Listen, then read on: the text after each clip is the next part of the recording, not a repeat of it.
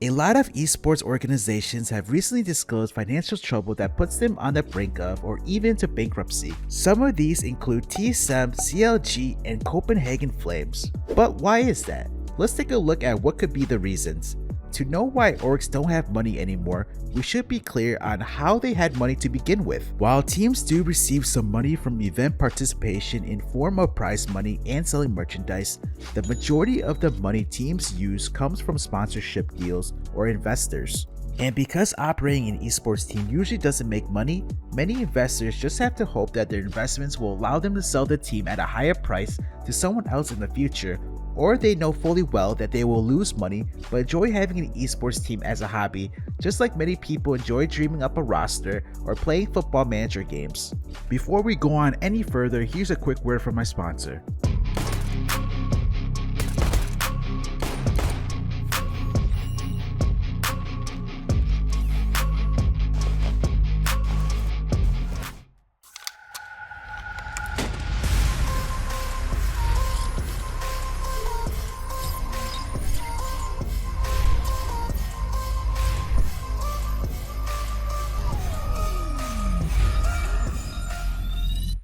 Use promo code NART and you're gonna get a free 50 cents and a 10% deposit bonus.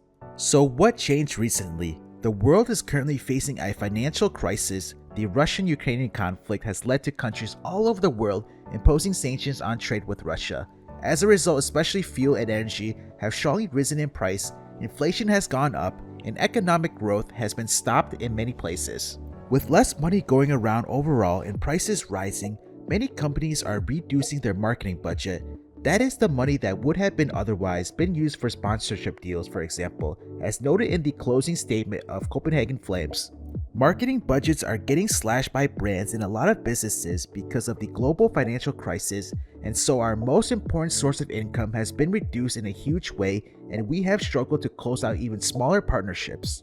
Less money going around also means people are less likely to spend it on esport related products. This alone means merchandise revenue as well as sponsorship revenue is going down at the same time. But it even gets worse. With people spending less money for esports, that also means there is a greatly reduced growth potential. If we remember what I said earlier, a lot of investors just seek to grow a brand to then sell it afterwards for a greater price. In many ways, this is just like people having case investments. If you see the prices going down, you might consider selling them before it's too late and you would sell at a loss. So with investors losing trust, they also look to sell or just simply pull out of the industry for now. This is what happened to Tricked Esports with the CEO of investment fund RightBridge Ventures saying, "We see a problem in how the market has developed and in the tricked offline business model in the current market, leading them to withdraw funding." And then the same thing happened with CLG with its parent company Madison Square Garden Sports, unwilling to support them further at the current time.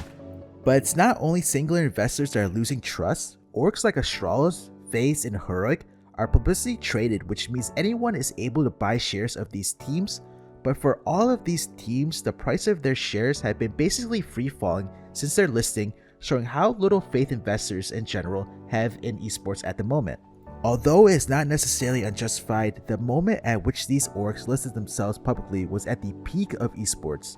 During the many COVID lockdowns, people couldn't do as many outdoor activities. Many regular sports were suspended out of safety concerns. Esports wasn't affected as much by this. Sure, arena events couldn't be held, but online tournaments existed and we got a lot of them and more people tuned in. As a reference, at the start of COVID, Heroic had 25,000 Twitter followers. At the end of lockdown, they had 60,000 and now they're at 120,000. Just the amount of new viewers boosted attention for all teams in CS as a whole, especially considering how social media followers is a key metric for advertisers and sponsors, and with less opportunities for real-life advertisements, esports teams were able to get a much bigger share of sponsorship money. With the COVID period, there was another industry that massively invested money to esports orgs that dropped off massively after: crypto. Two teams especially come to mind, TSM and IHC. IHC isn't just sponsored by cryptocurrency. The CEO of that currency founded the team, and with the dwindling interest in these currencies, it only seems obvious that they struggle to keep supporting their Mongolian team. TSM, on the other hand, was just sponsored by a crypto exchange, FTX, a 5-year deal worth $250 million. But anyone that knows esports knows that things rarely last that long in this environment. An environment where we grow to expect team changes after 6 months at most, with only a few exceptions. With the collapse of FTX, the $250 million deal had also collapsed. TSM didn't really have anything else to fall back on and was left standing with an empty wallet, scrambling to find money and reduce costs to themselves to keep them alive. In some countries during the economic crisis, regular sports teams get financial aid from the government, but esports doesn't enjoy that level of recognition yet, as Serbian team Partizan noted in their closing statement. Certainly one of the main problems is the fact that this type of sport is still not recognized in our country and region, and as such doesn't receive government aid. Some teams like BNE or Heat also relied heavily on the income they could generate from the major. Not only do these events gather a lot of attention and followers for these teams, but especially BNE finances most of their yearly budget with this money. Heat, which recently parted ways with their roster pulled out for CS for the moment, was basically gambling on that revenue. Back when they signed the Double Pony roster, they also had the money to operate the team for 6 months and even less money after paying for Jax to join them. They spent extensive time periods with unpaid salaries, hoping for the major qualification and the associated revenue. When they failed to do so, they had no other option than to shut down the team, and this leaves reasons to worry for other teams, with the second major of 2023 being cancelled due to the upcoming CS2 release. Teams will miss out on an opportunity to tap into the sticker money and attention associated with it. As referenced by the Copenhagen Flames statement again, we set a goal of going to at least one major each year to secure income, but also for the brand recognition, exposure, player sales, and the gains in followers across all social media platforms. This means we might see even more orgs pull out of CS in the near future.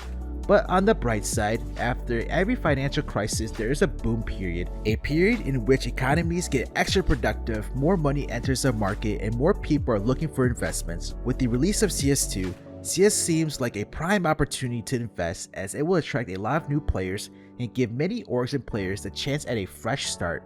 This esports winter is tough and not over yet, but we can stay hopeful for a warm summer right after.